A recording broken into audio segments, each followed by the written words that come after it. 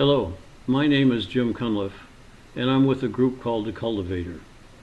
And what we've done is we've looked at wildfires over the last couple of years, and we've developed a couple innovative ways to take and deal with them, and to deal with their death and destruction, etc. Now, based on that, one of the latest studies done is if I lie to you and give you a conspiracy theory, you'll believe me a lot better than if I don't. Okay? So, I'm not going to lie. So you're probably not going to believe me. At least that's what it says according to that report. Now, what we've done is we've worked on this project for a little over 2 years. And we looked at the way that wildfires are being fought today. And here's what we came up with. But first, I think that we really need to take and look at our credibility so that you've got some idea that we are absolutely for real. And here's where we'll start, and then we'll take a look at it later. Okay? Thank you. To start with some credibility, here's a letter from our Congressman Paul Tonko. And it's very difficult to get a letter like this from a politician, no matter what you do. But he actually nailed it. He got it right to the point with what we really do. Now, here's a quick story. A couple of years ago, when we started this project, we went to the vineyards and said, hey, take a look at our ideas, see what you think, and why don't you join with us to take and do this project? And basically they said, when the fire's coming down the street, we might think about giving you some money. And I'm just going to leave it at that. Because humans, we really don't deal with wildfires very well. And we have a tendency not to deal with them very well. Now, the worst part of a wildfire is at the urban interface, where the wildfire comes into an urban area, and this is where all the death and destruction and everything happens big time. So what we did is we looked at those areas in particular and said, okay, how are we actually fighting that today? We looked at it, it's a semi-military operation. We looked at the airdrops, we looked at the way they did it, and what we decided to do was see if we could come up with a different and innovative way to deal with the fires. So what we did is we decided that the best way to take and do it is the simplest, just drown it. So what we did is we figured out a way to make a small portable pump that takes and pulls behind a truck. Here is what it can do. It can pump 500 feet in any direction. The other thing it can do is it can pump up to 10,000 gallons a minute. That's a lot of water. So basically what it does is you can pump 10,000 gallons a minute, which in rational terms means that we can cover 1 acre in 1 inch of water in less than 3 minutes. And based on the information that we've been able to obtain on what it takes to put a forest fire out, that's double what's needed to put the most violent forest fire out.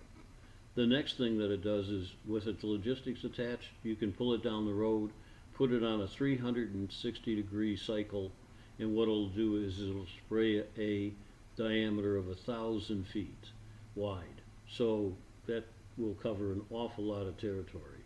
The other thing it does is we can blow fire lanes about 150 feet wide. Now, with all of this, we see that water is going to be a large concern. So what we've done is we've come up with an alternative even to the water. So what we did is we looked at vegetables. Vegetables are 90% water. What we do is we make a slurry out of the vegetables, add a few little other things to them to help retain water, and we come up with an 80-20 ratio. And the cellulose and the water in the vegetables actually work as a fire preventive system also, better than water itself. Now, where do we go from here? That's the question. First and foremost, from now on out, we need your knowledge and participation. So we're going to divide this project into 2 phases. The first phase is you become a member of the Cultivator for $50. It makes you first tier for this project for a year. And what this does is this raises enough money to take and get you and people involved in this project. So this is what we envision. We put the pump and equipment in a truck and trailer and drive out to a fire. So what? We're there.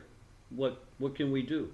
What we need is your expertise, your know-how there.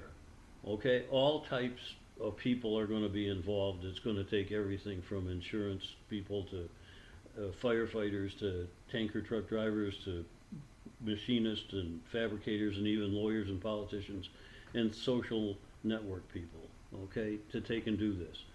So this is why we're raising the money, is to pay for this expertise and know-how. And when we finish with phase one, which proves out our tools, our new system on existing fires, what happens is we go into phase two, which is decentralization. What this means is it means that an individual or a corporation or fabricators or municipal fire departments or whoever can build their own pumps and set up their own foam systems.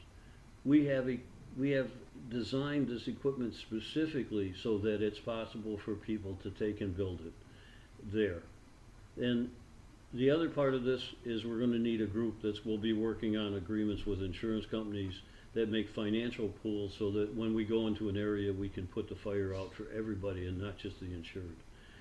We're also looking at federal and state and local contracts with people to put fires out so that when we have all these independents, that this is a line of income for them. So now this goes right back to our core philosophy of having people take control of their situation. This is not a casino. It will actually create employment for the greater good. And one other thing, right now, let's add a little bit of conspiracy to this. For the phase one, what we want to do is we want to communicate via email and YouTube. We don't want to put this out yet onto the net or into a web system.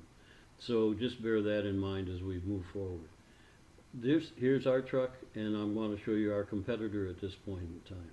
This truck here is 5,000 gallons a minute, and it sits still, and it costs $500,000. Now for some credibility, here's where we started out. Here's where we're at today. Here's some of our members.